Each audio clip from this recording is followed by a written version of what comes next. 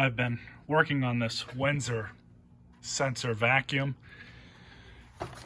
Pretty decent machine. I plan on doing another video on it, just kind of giving an overview of what a commercial vacuum looks like after it's gone through a bunch of abuse. But these are actually like one of my favorite machines, commercial or otherwise. And I've been tracing this issue. It's got an electronic issue. And I took the cord off. Well, I had to replace the cord because the tweakers cut it off at the curb. I took the handle out, tested the ends for voltage inside of here, the female ends. That was good. Tested the voltage on the inside of the bag housing up in here, and those were good too. I also tested the voltage going to these blue wires, which goes to this board, and that was good, 120 volts. But it looks like we've actually got an issue with this board. Looks like some of the solder has came off, burned off or whatever. I don't know exactly why, if this thing got shorted out, but I'm going to try and resolder these two pins here for this power connector, which goes to the main power board. And you guys can kind of see it's got a little toasty. So I'm not sure if it was the connector itself that's bad. I might try and pull those two connections out of there and see if I can replace them if they're bad. I don't think they are. I think what happened was this wasn't making a proper electrical contact, and it just kind of burned itself up. So I'm hoping with some new solder I can fix this board, and then we'll be back working again. I do hope I can get this thing working. All right, so I'm gonna really carefully try and do this. I'm gonna heat up this contact first.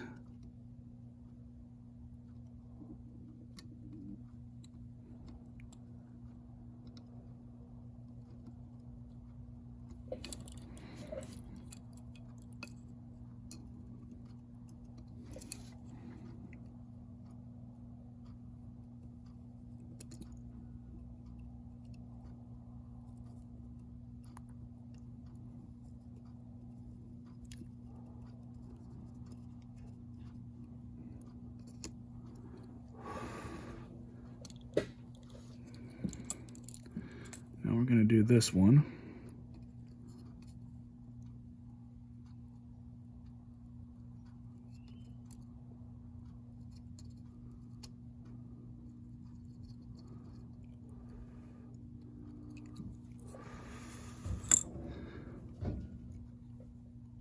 Hopefully this was our only issue.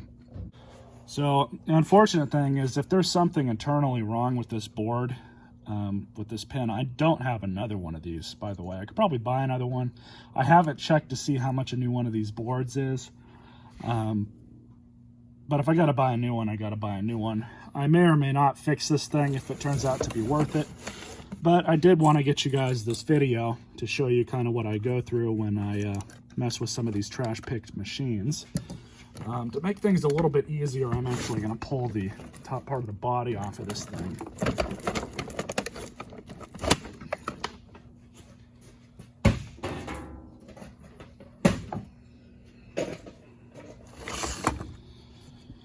Okay.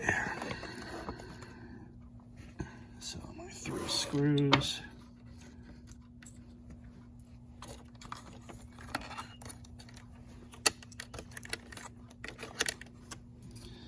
And of course, you know, going through all the rigmarole of fixing this, as I said, it could be that there's a problem internally with this board, and that this may just happen again, if this even fixes it. I seem to think it'll definitely help, because when I put the 2 probes into these connectors, they were still connected to this board. And I don't know if it was because I moved something when I was doing it, but the power head actually turned on when I was applying power and checking the voltage. So, I mean, that might be promising. It might just be that that was just a bad connection that got worse over time. But as I said, my real worry here as if it actually ended up frying that part of the board.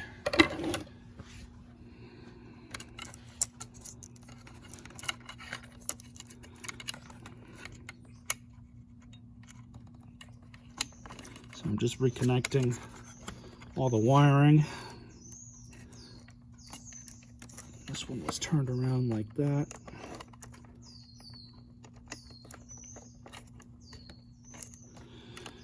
And then of course these two.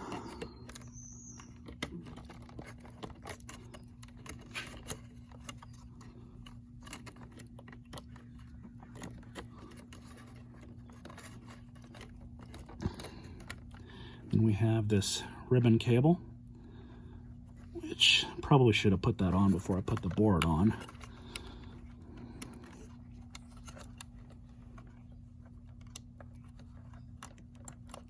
These you got to be really careful with.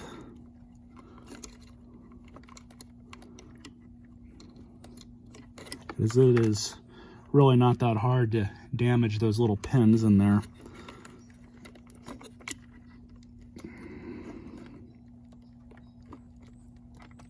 Okay, that's down and seated. Now we have the problem connector, which one thing I do want to mention is I can see inside there. Everything does look good, of course, not including the plastic. It does look like we do have an issue here. So I might just have to redo this one after all, because it's kind of pulled out. Probably due to the heat, if anything.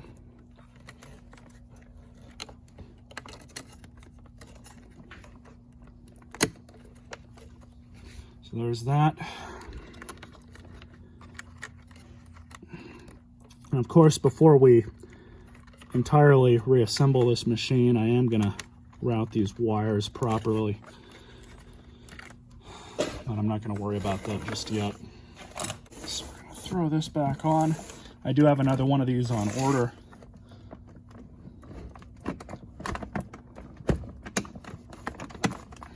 But for our purposes, it's okay. I do need to check this base. So let's see if this made a difference. Machine is off, plugging in.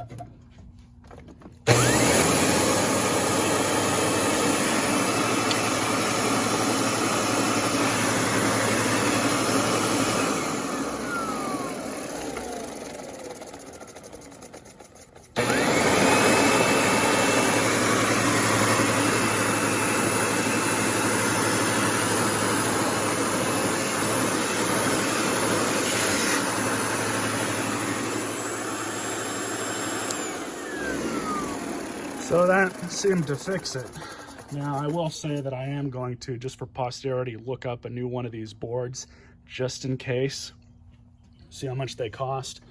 The good thing about these being the fact that they're a SIBO machine, parts for these really aren't all that unreasonable. You would think that they would be, but they're not.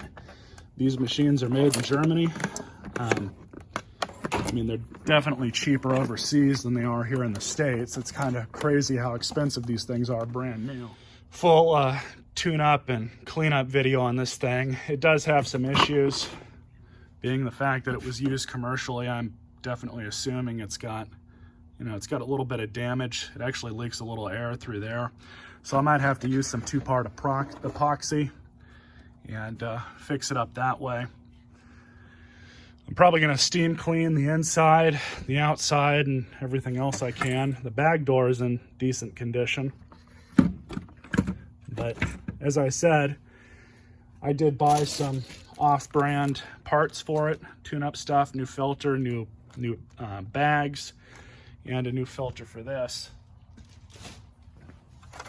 And I did notice that, unfortunately, this beauty cover is cracked back here. So I might be able to fix that with some epoxy and just kind of throw a bead on it inside. Really kind of unfortunate, because that's really only going to get worse even with the epoxy. It's not going to really, it might slow it down a little bit, but anyway. So I hope you guys enjoyed this video. Those of you that are looking for help on these. Definitely, if you have one, make sure you check all the electrical connections, especially if your machine has been used commercially or has been used in that sort of environment, because that's probably what your issue is. Until next time, stay tuned for more.